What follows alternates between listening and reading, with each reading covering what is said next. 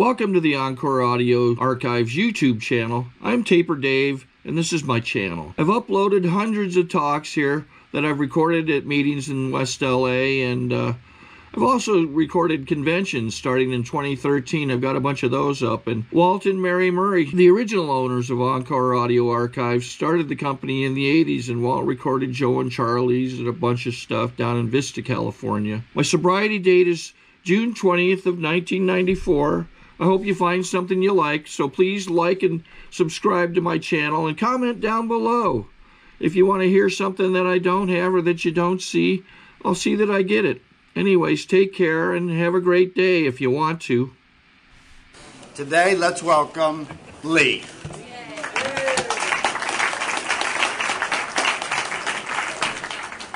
Wow. Hi, I'm Lee. I'm an alcoholic. Thank you, Rachel, for asking me to speak. I have not spoken in a huge meeting like this in quite a while. Hope you like me. The last time I really remember speaking at a really big meeting was a very long time ago. It was about 30 years ago at Sundowners. I had 2 years sober, and I really lobbied the secretary very hard to allow me to speak, because I just knew that if I spoke at a big AA meeting and I was really good, my life would change. And I spoke, and people said I was really good, and I went home, and my life was pretty much the same as it was before. So today, I hope you like me, but I could give the greatest pitch in the world, and if I walk out of here and I do not continue to live according to the principles of this program, it doesn't matter. It doesn't matter how good my pitch is. I've been sober, as I said, I took a 32-year cake a couple of weeks ago. And, I just keep waking up and showing up. But after 32 years, I still have regular using dreams. Used to be once a month, now it's a few times a year. And in my dream, I'll find myself, snorting coke, mixing up some freebase, and realizing that I've been living a lie for the last 30 years. And I say to myself in the dream, well, what the hell? I've already blown it. Might as well do another pipeful. And what that says to me, because I wake up so grateful every time, is that I will always be an addict. I will always be an alcoholic. I can get far away from it in time, but I don't get far away from it in my head. And it's only by continuing to use the tools that this program has given me that I have kind of been able to slowly rewire what I always considered to be the hardwiring in my head, which led me to the kind of thinking which led me to drug abuse, alcoholism, and these rooms. This last year has been one of the top 5 years of my sobriety. And interestingly enough, among the top 5 years, the year I made the most money is not among them. The year I got the most attention and publicity was not among them. The year I had the most sex was not among them. Although that was a pretty good year. The best years of my sobriety have been the years where I have succeeded in living life according to life's terms. Wanting what I had instead of trying to get what I wanted. And, one of the best years of my sobriety was the first year of my sobriety, because I had nothing. I had nothing to lose, and I really didn't think I was ever going to get much. And I was so happy just to have a place to go, people to talk to. I got my driver's license back in my first year of sobriety. That made me so happy, And as you get more, then you start worrying about losing it, And as you get more, you see people who've got even more than you, and you worry, Are you going to measure up? And I've had some very uncomfortable years in my sobriety, which have, kind of corresponded to my most material success.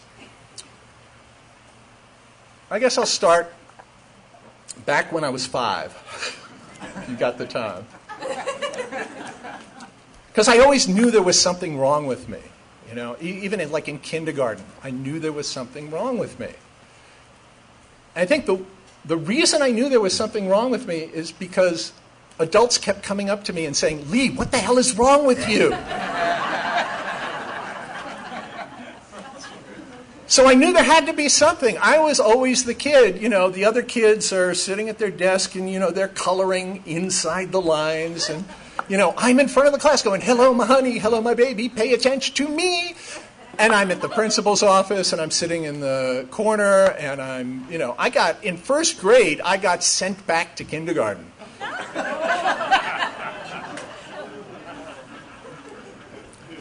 I did not fit in. I was not good at sports. At the lunch hour kickball games that we had in the parking lot, I got picked after Ricky Ryman, and he had polio.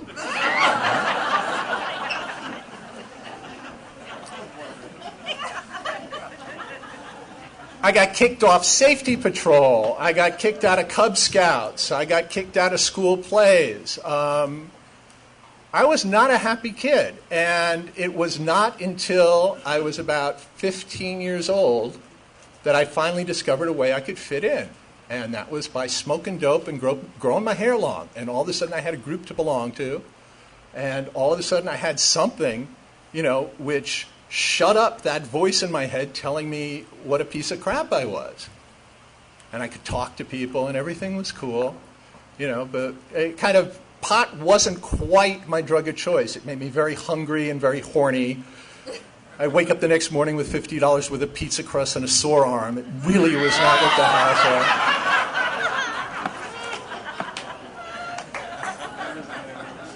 Psychedelics didn't work for me much either, because I got to tell you, if you think you're a piece of crap before you drop acid, I was born to bad trip. I really was.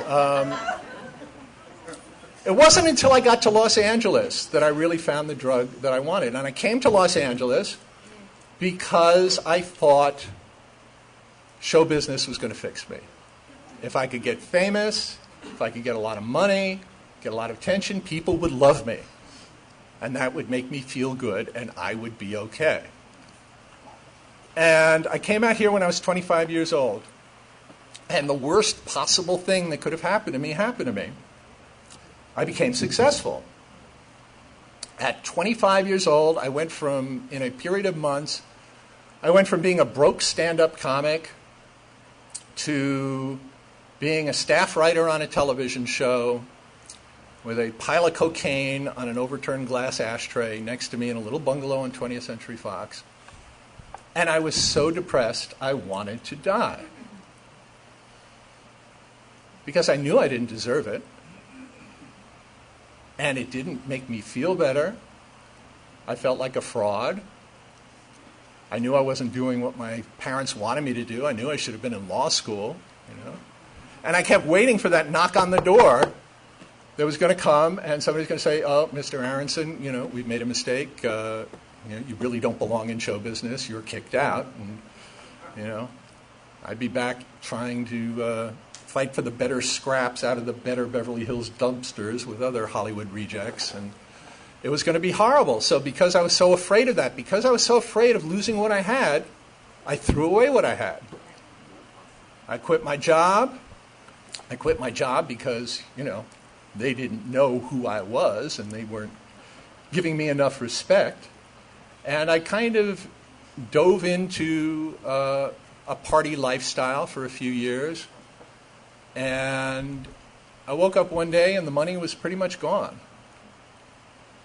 And during that period, I wasn't paying taxes because, honestly, I didn't think I was going to live long enough for it to be an issue. I traded my car for cocaine. And I thought I was getting the better deal because my car had been set on fire by a drug dealer and it wasn't running.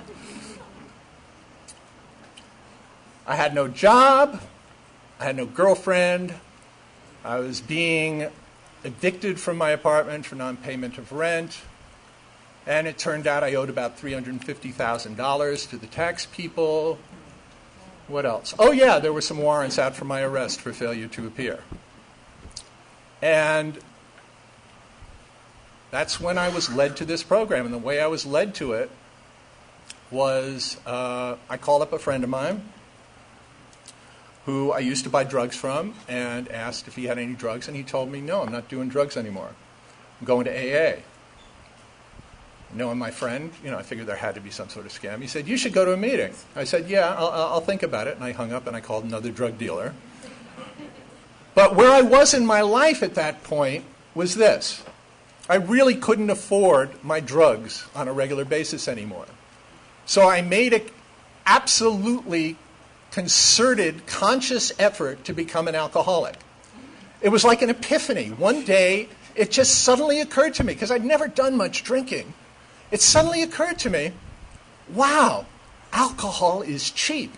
Alcohol is accessible. I can just go into someplace and they'll give me alcohol. I can buy it in a store. I can bring it home with me. Wow, this is a good deal. So I became a daily drinker. I started off just drinking at night, going to a little club on the Sunset Strip called the Central, which is now the Viper Club.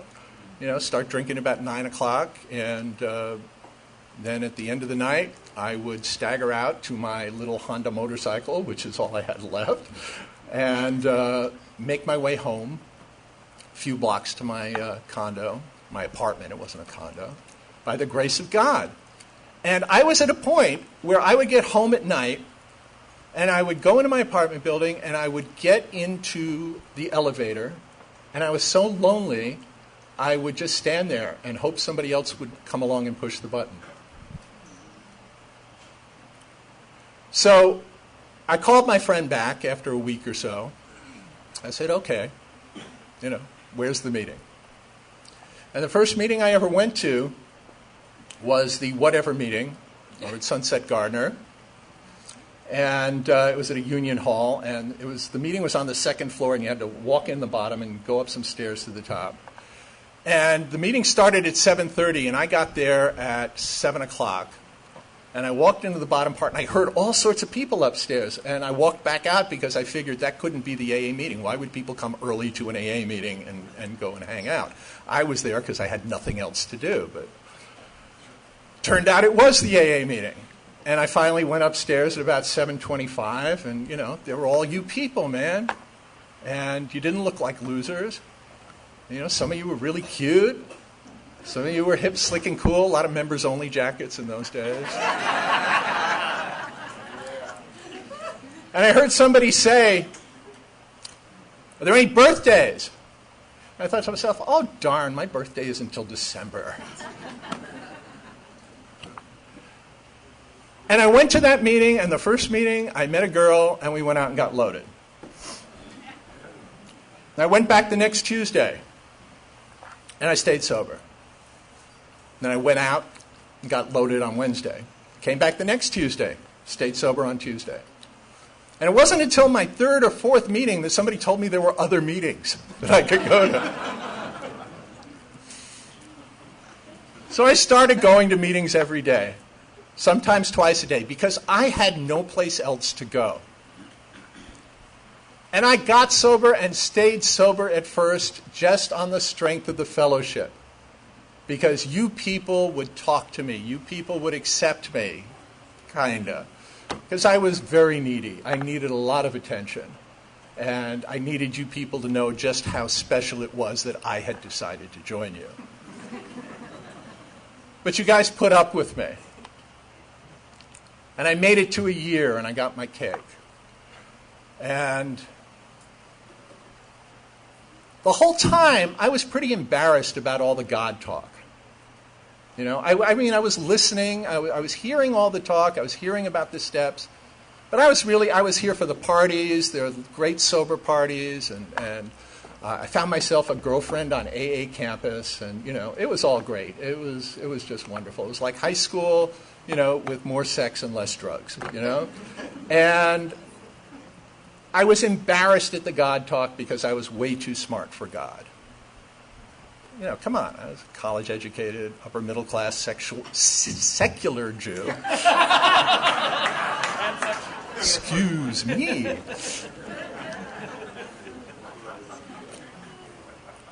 I'll tell you what was the starting point of my evolution.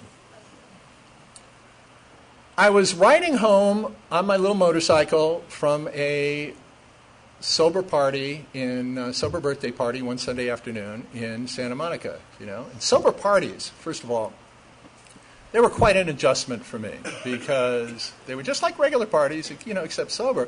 I would find myself at one of these things just periodically walking into the bathroom for no apparent reason. Took me a while to break that habit.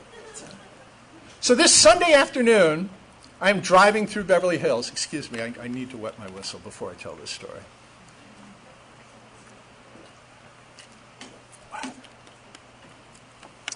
And I'm on my motorcycle, which has no registration.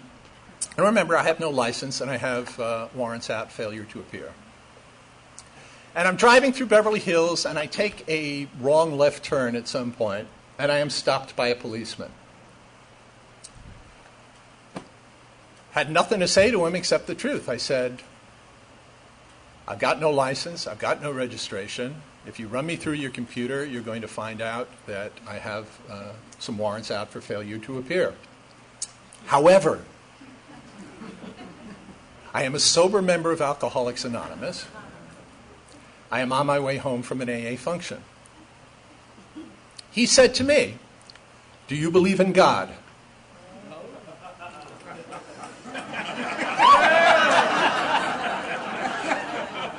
Well, I didn't, but I'm not an idiot,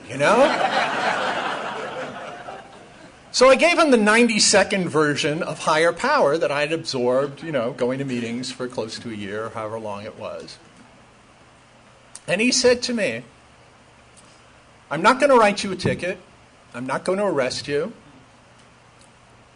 But there's one thing I want you to do for me." I'm thinking to myself, great, this is how gay porn starts, right?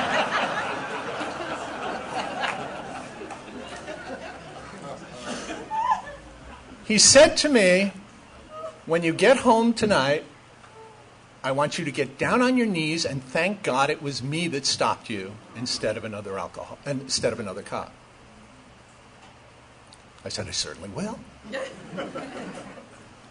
And I drove home, and it was late in the afternoon, a summer afternoon, and I lived in one of these studio apartments in West Hollywood that had the raised bedroom area and a skylight over the bed. And I walked in, and I swear to you, a beam of sunlight was shining through the skylight and hitting the spot on the floor right next to my bed. So I got down on my knees just in case. And it was, like, "Hi, God, it's Lee," like he wouldn't know. "Thank you for not getting me arrested. Amen." Very embarrassed, but just in case. And that was the first time I'd ever been on my knees praying.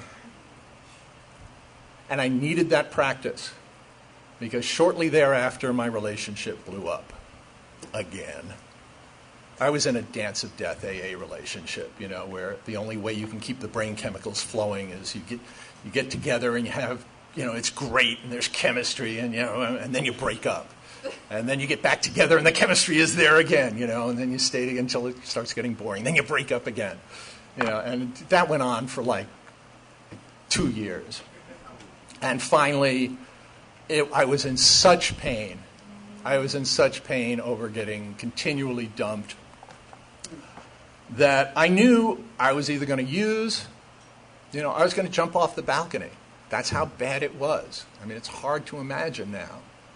But it was worse pain than any withdrawal that I've ever been in. Because I'll tell you something, when you get into a relationship, your brain starts manufacturing these chemicals that are just as addictive as any drug. And when it gets taken away from you, that withdrawal is horrible. I was going through horrible withdrawal. But I knew at that point that this relationship was as toxic to me as any base pipe ever was. So I got down on my knees again. And it was in the middle of the night. I could not sleep. I could not sleep.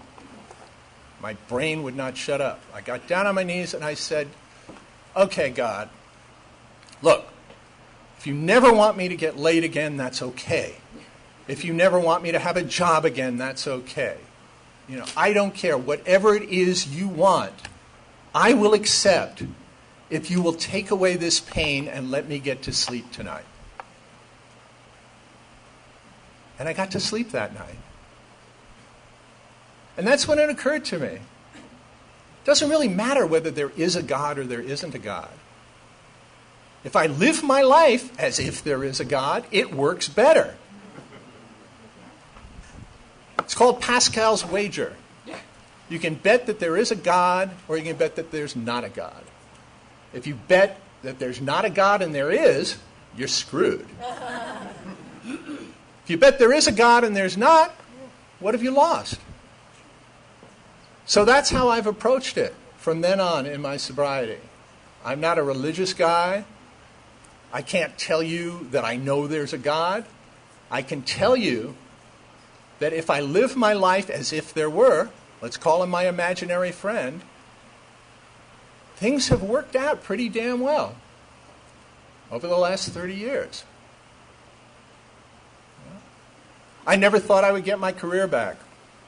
I was, I was willing to do whatever God had in store for me, and I took whatever job I could get, and I was so happy to be making $600 a week logging tapes at a small production company in Santa Monica. But at the same time, I was working the steps, finally, to the best of my ability, and got to my 8th step, started making amends. And one of the amends I had to make was to a producer that I kind of screwed over in my using days by basically accepting an assignment and turning it in 3 or 4 weeks late and only turning in half of it. And finally finishing it, and they had to rewrite the whole thing. And I wrote him a letter because I'd seen in the trades that he was starting to produce a new show. And so I sent it to him, care of the studio. And I forgot about it. I basically said, I'm sorry. This is what I did. This is what my situation is. And I pretty much forgot all about it. And one day, I came home from lunch, and there was a message on my answering machine. And it was from this producer. He asked me to call him. I called him. He invited me in to pitch. I'm a writer, by the way. Invited me in to pitch stories for the show. And I went in, pitched, and he actually gave me an assignment. And at the end of the meeting, pulled me aside, and he told me he was 20 years sober in Alcoholics Anonymous. Is there a God? I don't know. That's how my career got started again. And I started becoming fairly successful again. That's already. Wow, time flies when you're self-obsessed.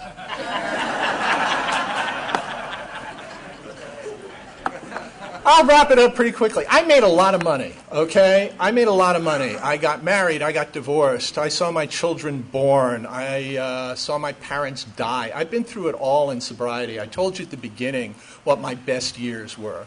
I am here to tell you, if you are not happy with what you've got today, assuming you've got your health and your basic needs are taken care of, if you cannot manage to be happy with what you've got today, I promise you, you will not be happy no matter what you get tomorrow. Okay? Sobriety is not an event. Sobriety is a process. There is no there. There's always going to be somebody who's got more There's always going to be some place where the grass looks greener. I spent so many years, always thinking whatever party I was at, there was a better party someplace. I don't go to parties anymore because I know there's no there there. The party is where I am. I am so grateful to have the tools to keep rewiring my brain, because my brain tells me everything that I just told you is bullshit. My brain tells me that what matters is getting what you want, proving to other people that you're better than them, getting a story in the trades, getting a lot of hits on Twitter or Instagram. This is all important. And when I start falling into that, I'm a sick puppy, no matter how much I have in the bank. I'm extremely grateful for my life. I am extremely grateful there are people here that were here when I came in and you put up with me. Thank you. And for you newcomers, you're very lucky. You made it. So many people I've watched die over the years, and when they die, we're all sad, but we're not surprised. You know why? Because that's what addicts do. They die. So what I'm asking you is surprise everybody. Show them. Don't die. Thank you.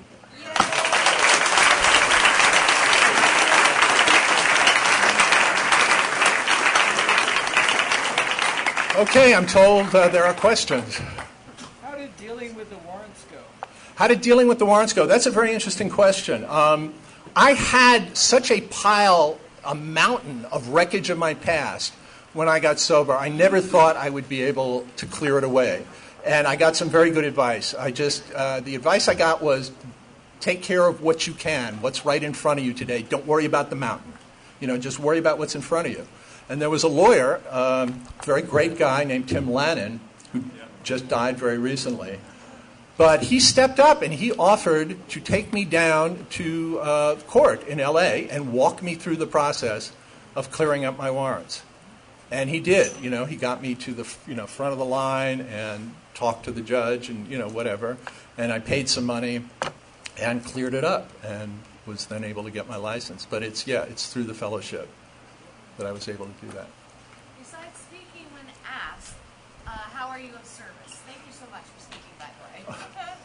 How am I of service? Within AA, I sponsor people. I answer the phone. I don't turn down an AA request if I possibly can fulfill it.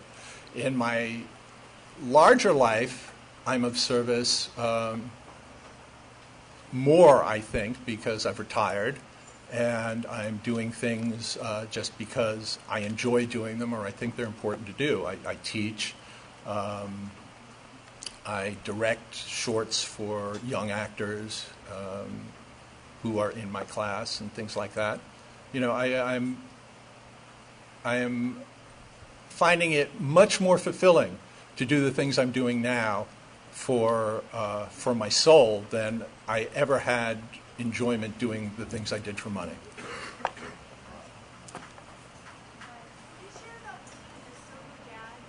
Being a sober dad? Well, okay, I've got two grown sons now, 25 and 22, and I've got a 7-year-old daughter, and I've got a 7-year-old granddaughter. That's a sitcom in and of itself. But with my boys, it was always a question of what I was going to tell them.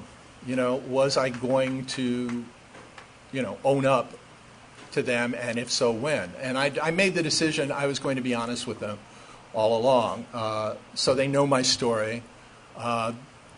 And I think they have both decided that one of their missions in life is to prove they're not as big a fuck up as their dad is. So I got two boys, in their 20s, no rehabs yet. I consider that a success. Yeah. When you retired and at the top of your game, and you left, and did you use AA as a guide to help you retire? Oh, absolutely, absolutely. During the last, the question was when I retired, did I use AA as a guide? AA was very important to me because, during 30 years of sobriety, you know, you go through phases where you go into a lot of meetings, some phases where you're getting very busy. You're not going to so many meetings. We had a meeting every week on the set, and that was for a while the only meeting I was going to. When I retired, all of a sudden, you know, there's this big space, and I didn't know what I wanted to do, and I didn't know what I should be doing. And I started going to more meetings and started, you know, connecting more to people in the program. And what became clear to me is I had to walk my talk. I didn't know what I was supposed to be doing, but what I tell everybody is you keep showing up and putting one foot in front of the other, you are going to end up where you're supposed to be. It may not be where you think you're going. It may not be where you think you want to go. And so I did that. I quieted all the anxiety of what's going to happen to me. What am I going to do? And I showed up, you know, and I shared about it. And slowly things occurred, you know, slowly things just made themselves apparent to me. I was asked to teach this class. An opportunity came for me to direct this documentary on a subject that's very dear to my heart, you know, which I'm financing myself. It's never going to make a penny, but is making me happier than almost anything I've ever done. You know, the answers will come if your own house is in order. And yeah, without AA, I would have gone squirrely. Richie. How did you handle, you know, on some of the shows that you've worked on, something specific, other actors that might have had problems with? Yeah, the question is, how did I handle on some of the shows I've worked on other actors without naming names? Charlie Sheen. I'm sorry, he doesn't really have any anonymity left, does he? No, I actually had the experience on a couple of shows working with actors who were either sober on the program or dry drunks or practicing alcoholics. And I got to tell you, the dry drunks are the worst. They're worse than the practicing ones, because a practicing alcoholic will show up and they'll be great, you know, all day on the set, and then they'll go home and get loaded, and that's fine. And, you know, they may come in, they may have a headache, but they're okay. The dry drunks, all day, every day, it's alcoholic behavior. And it's a challenge, you know. It's a challenge to your own program, because you can't keep anybody sober. You can't make them sober. It was a very difficult time when we had to decide whether or not we were going to let our star kill himself or somebody else, or shut the show down and cost a lot of people a lot of money. And I made the decision, whatever anybody else was going to do, I could not be part of it. I was not going to be, you know, somebody who took the paycheck and watched people die. So, you know, it was a tumultuous time, but it wasn't a difficult time, because it was very clear what was the right thing to do. I checked with my sponsor, you know, and my partner on the show is also in the program, and the answer was clear. Last question. How you doing? How am I doing? How you doing today? I'm doing great today. I am really... No, as I said, I am probably in a better place now than I've been in the last 15 years of my sobriety. Only because I am finding it easier and easier to accept life on life's terms. You know, my life isn't perfect. I got challenges with kids and, you know, all that stuff. But I've managed to stop worrying about losing what I have, and I realize that I've got everything I want. Thank you.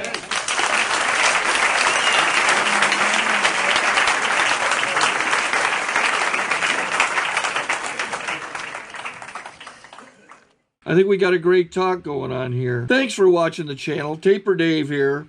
Just curious, do you think this is better than Zoom? Okay, this is how I prepare my drone for launching. I like to do it inside the cab of my truck so I'm not standing outside in the weather. to install the joysticks for control, up and down, right and left, powered on. I have an Android phone that I use to connect it to the drone with, and it's actually controlled through the iPhone through an app. Oops, wrong way. It's actually controlled through the iPhone, or through this Android phone through the app. It's actually controlled through the Android phone through an app, and you connect it through this short connection right here.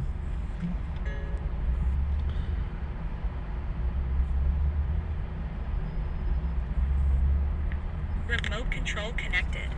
Remote control's connected. So I pull out the drone. I have to extend the legs. Long legs extended first, then the short legs. Remove the gimbal protector. Set that aside, then power it on one short burst, then one long burst. I lay it down. So I have to go to calibrate. So the drone's not connected yet.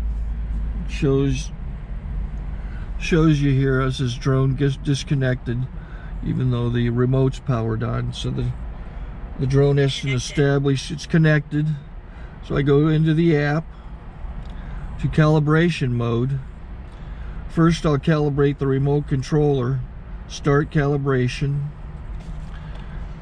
Out, in, oop, out, in, up, down, and then this little wheel is to control the gimbal. So it's calibrated. Go to gimbal calibration, start calibration, and then it calibrates the gimbal. I don't know if that shows up. The gimbal's moving all over the place. Changes, you can see it on the video. And I'm calibrated to take off. It's acquired 7 satellites at the moment. There are 26 satellites up in the sky, which it has to acquire before you can take off. So it's connected. It's got enough satellites. This is white. I can go to press this little arrow button, swipe right to take off, and it would start the motors if I slid this to the right, but I'll wait till I get outside. Don't want to do it inside.